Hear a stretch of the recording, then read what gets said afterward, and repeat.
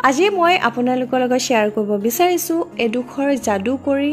মাটিৰ বিষয়ে যাৰ ব্যৱহাৰ আপুনি আপোনাৰ ছালতে নহয় আপোনাৰ চুলিটো ব্যৱহাৰ কৰিব পাৰে যথেষ্ট ইফেক্টিভ ৰেমেডি এটা আজি আপোনালোকৰ লগত শ্বেয়াৰ কৰিম সমগ্ৰ বিশ্বতে এই মাটিডোখৰ ব্যৱহাৰ কৰা হয় ছাল আৰু চুলিৰ বাবে আৰু ইয়াৰ এটা বিউটি ইণ্ডাষ্ট্ৰীও আছে এই মাটিডোখৰ আমি ক'ত পাম বা এই মাটিডোখৰ আমি কেনেকৈ ব্যৱহাৰ কৰিব পাৰো আমাৰ ছালৰ বাবে উপযোগী কৰি তুলিব পাৰো গোটেইখিনি আপোনালোকৰ লগত মই শ্বেয়াৰ কৰিম আৰু দেখিছেনে বাৰু ময়ো আপোনালোকৰ বাবে এই ৰেমেডিটো তৈয়াৰ কৰি আনিছো আৰু এতিয়া ব্যৱহাৰ কৰিম মোৰ ছাল আৰু চুলিত ব্যৱহাৰ কৰিম দেওবাৰৰ দিনটোত আপোনালোকে খুব ভালদৰে আপোনাৰ ছাল আৰু চুলিৰ যত্ন ল'ব পাৰে একেটা ৰেমেডি আপোনালোকে আপোনাৰ ছাল আৰু চুলিত ব্যৱহাৰ কৰিব পাৰে ইয়াৰ কাৰণে আপুনি একেবাৰে সহজতেটো কৰিবই কম সময়তো আপোনালোকে কৰিব পাৰে দেখিছেনে মই মোৰ মুখত এপ্লাই কৰিছো ইয়াৰ পিছতে মই চুলিটো ব্যৱহাৰ কৰিম একেটা ৰেমেডি আপুনি আপোনাৰ ছাল আৰু চুলিত ব্যৱহাৰ কৰিব পাৰে তেলেটিয়া স্কিনৰ লোকসকলৰ কাৰণে খুব ভাল মানে গৰমৰ দিনৰ কাৰণে খুব ভাল যিসকলৰ ছালখন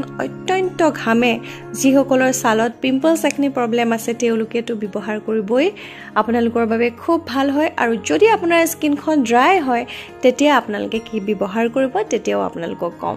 সেনসিটিভ স্কিনৰ লোকসকলে এবাৰ পেটচ টেষ্ট কৰি চাব যদি আপোনাৰ স্কিনত সুট নকৰে তেতিয়া আপোনালোকে ব্যৱহাৰ নকৰিব এতিয়া মই কৰিম মোৰ চুলিত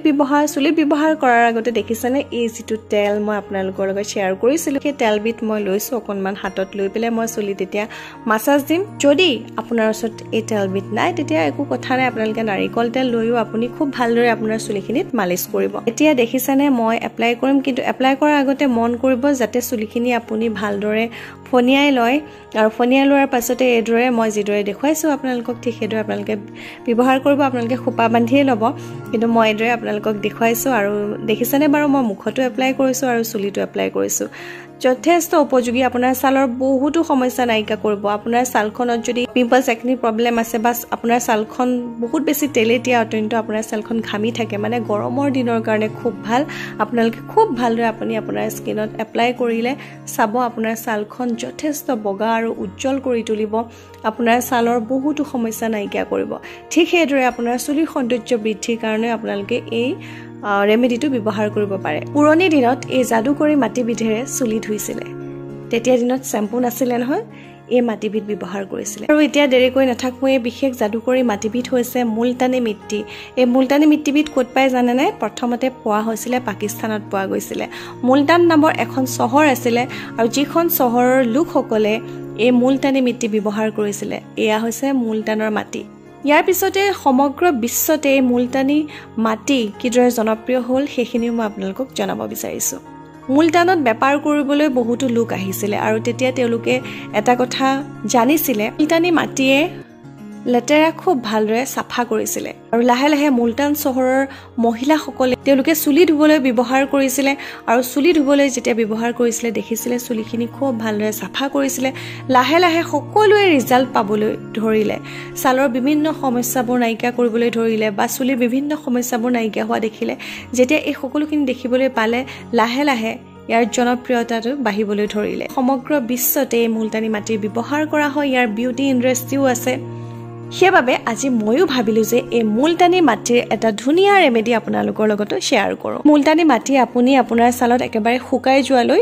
লগাই নথব তাৰ আগতে আপোনালোকে মুখখন ধুই দিব ঠিক সেইদৰে চুলিটো বহুত বেছি সময়ৰ কাৰণে আপোনালোকে ৰাখি নথব যেতিয়া অলপ শুকাব নহয় তেতিয়া আপোনালোকে চুলিখিনি ধুই দিব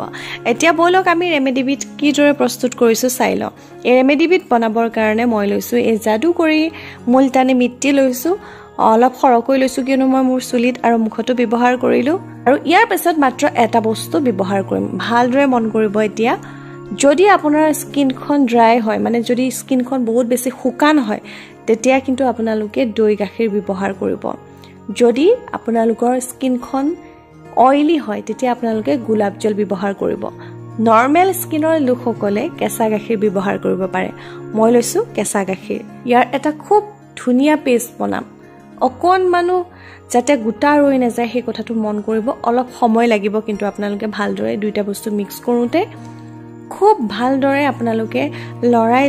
ইয়াৰ পেষ্টটো তৈয়াৰ কৰি ল'ব এইদৰে মই দেখিছানে বাৰু ইমান ধুনীয়া আমাৰ এটা পেষ্ট তৈয়াৰ হৈ গ'ল ইয়াৰ পিছতে আপোনালোকে ব্যৱহাৰ কৰিব পাৰে ড্ৰাই স্কিনৰ লোকসকলে আৰু এটা কথা মন কৰিব পেকটো লগোৱাৰ পাছতে কিন্তু আপোনালোকে ময়শ্চাৰাইজাৰ ক্ৰীম লগাবলৈ নাপাহৰিব ফ্ৰেণ্ডছ কেনেকুৱা লাগিলে আজি এই ভিডিঅ'টো মোক কমেণ্ট কৰি ক'বলৈ নাপাহৰিব যদি ভাল লাগিলে ভিডিঅ'টো প্লিজ লাইক কৰিব যিমান পাৰি শ্বেয়াৰ কৰিব আপোনাৰ ফ্ৰেণ্ড চাৰ্কুলৰ মাজত আৰু এটা নতুন ভিডিঅ' লৈ মই দীপাঞ্জলি পুনৰ আহিম আপোনালোকৰ মাজলৈ আজি ভিডিঅ'টো ইমানতে শেষ কৰিছোঁ ধন্যবাদ